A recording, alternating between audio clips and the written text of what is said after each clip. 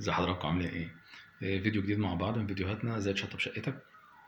من الحاجات المهمة اللي بنتكلم فيها دايما هي ازاي استغل المساحات، وازاي شقتي تبان اوسع رغم انها ممكن تكون مساحتها صغيرة.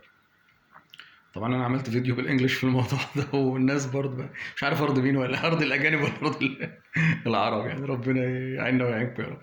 فباختصار وببساطة في يعني دقايق سريعة كده، أنا عشان أبين وأظهر إن بيتي أوسع بحافظ على كذا نقطة. منها أول حاجة إن أحافظ يا جماعة إن الألوان تكون فاتحة قدر الإمكان. المكان بتاعي ما أحطش ألوان كتير ولا أخبطة كتير وهنا لون وهنا غامق وهنا خلفية، لا لا لا، هو لون واحد سيمبل. لون من الألوان المحايدة حتى عشان يبقى كويس للعين ويليق على أي حاجة. العفش بتاعي يبقى ما فيهوش تفاصيل كتير، يعني بلاش زخارف كتير، بلاش قيم، بلاش حاجات سيمبل، حاجات لايت. قدر الامكان ممكن استخدم عفش فيه ميكانيزم، ممكن عشان اقدر اخلي الزون واحده اللي عندي تبقى اتنين زون. يعني مثلا ميكانيزم يخلي الكنب مثلا سرير، او السرير كنب، او ترابيزه الليفينج تبقى ممكن تبقى سفره تترفع بميكانيزم، بدل ما على ليفل 50 تبقى ليفل 75 وهكذا.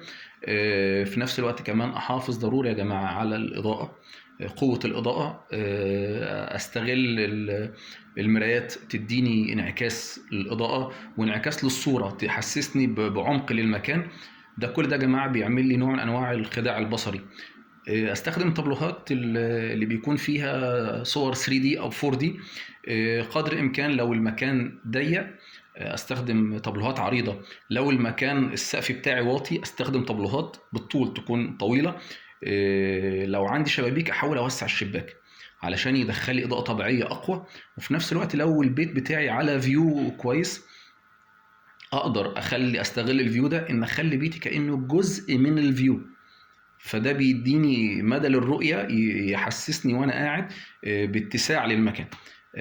نصايح سريعة يعني كده وفي دقايق بسيطة، وازاي تشطب شقتك. السلام عليكم.